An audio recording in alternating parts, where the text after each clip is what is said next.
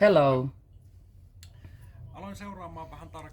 I started following the Yi Peng 3 route and I found a lot of different kind of interesting things. It seems to be that it has been dragging the anchor for a long time.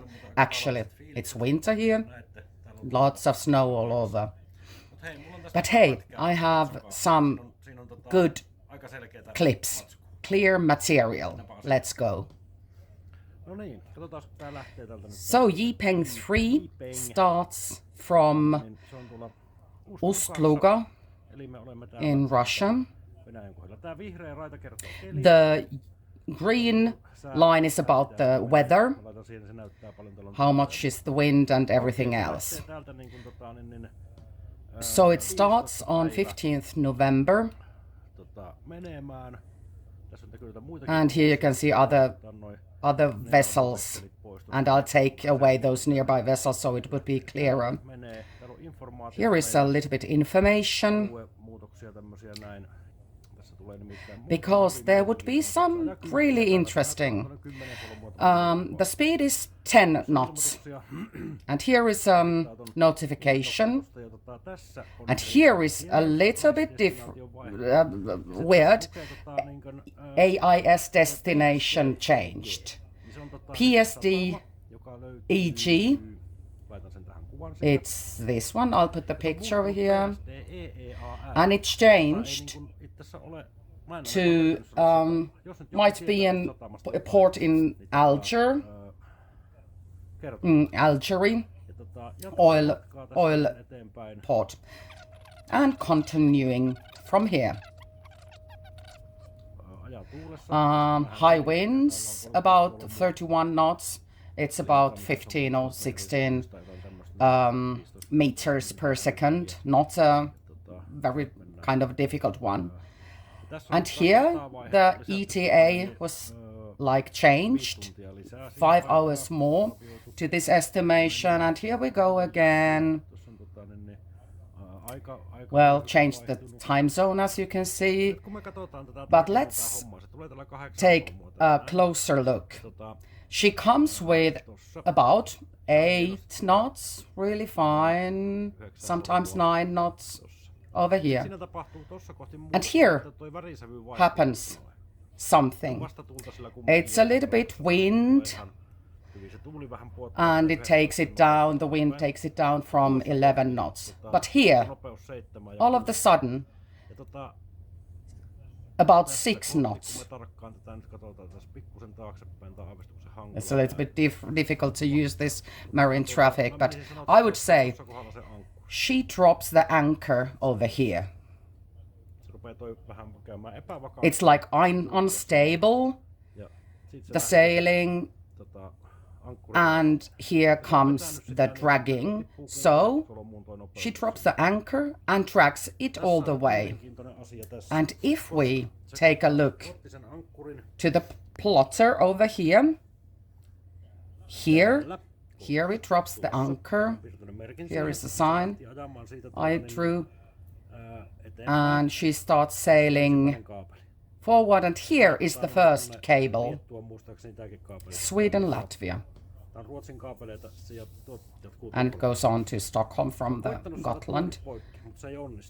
Tried to broke that one, but didn't succeed, and the next cable is over here, and we don't know actually what would that be.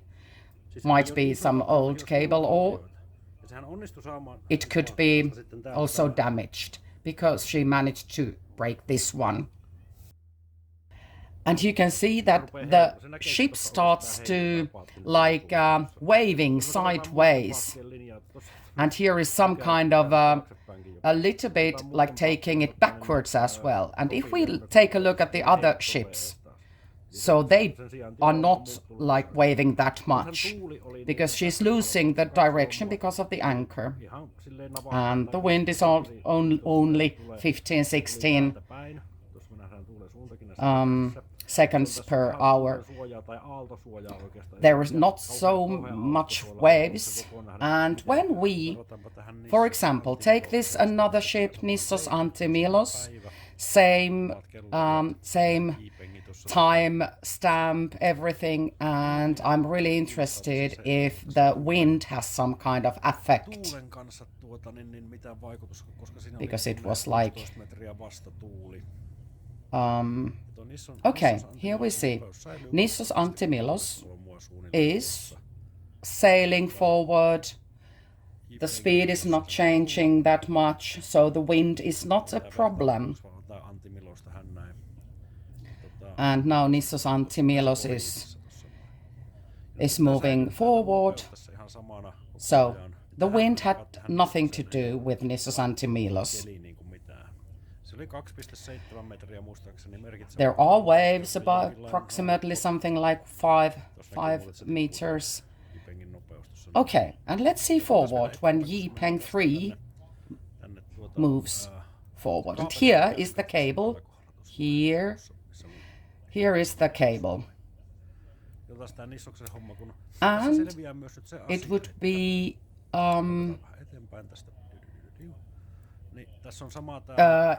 also quite interesting because there is some kind of disruption in the AIS system. It might be GPS, some kind of thing, but so the speed is 12 knots, a little bit over. But here is a disturbance area. So like the signal is lost, but the marine traffic just like guesses. And let's see over here how it happens when Nissos Antimilos comes back on track. So it's 12.8, like, and here comes the signal back again, and this is the realistic speed, 12.5 knots. It's just marine traffic guessing this kind of lost area or blind spot. So here we can see that the weather has nothing to do with how Yi Peng is moving. Here, approximately, comes the cable disturbing, and she comes back to the track again. And this is just like how marine traffic guessed. And here, when she comes back on track, it drops down to 5.3 or 3.4 knots. So why? There is really natural reason. If I took really exact coordinates where it stopped, and here it's only 28 meters. Here she comes from there, comes back to AIS signal and dragging the long anchor chain. And it almost got stuck to this sand bank under the sea. It was, the anchor almost got stuck. And if I zoom a little bit outward, so you can see where we are at the moment. And here is the breaking of the cable. There is Nord Stream. Also, but it almost got stuck over there. And it's understandable if you think that the depth is different. Here is 60 meters and it's dragging it like 200 meters out, the anchor chain. And she's dragging it. I don't know if the anchor winch has the effect, like power enough to take it up, and kind of longer, and taking it like fast to the sea bank. We can measure the distance. And the anchor chain is about like something like, well, 200 meters or something. Here would be 100 meters. Well, it's not like totally exact but I would say that the real point was a little bit earlier. Then she goes forward, and because she's over the sandbank, the speed goes up. And notice, if you look really close to the movement of the ship, the speed is changing very much, actually, and it makes kind of like moving back and like sideways. And this is just an estimation, but it's because the anchor is down to on the sea bottom. There is the dog eating some pumpkins. So here comes Yi Peng 3, and already broke the cable between Finland and Germany. And here the anchor is in the bottom all the time. And now let's take a look at the another chart here, and here is another one, another cable here. This was Finland-Germany cable and Nord Stream as well. Here is one cable. It comes from Sweden. It comes from Barikora, a little bit like, we've been there actually. It comes a little bit over Barikora, North Balt.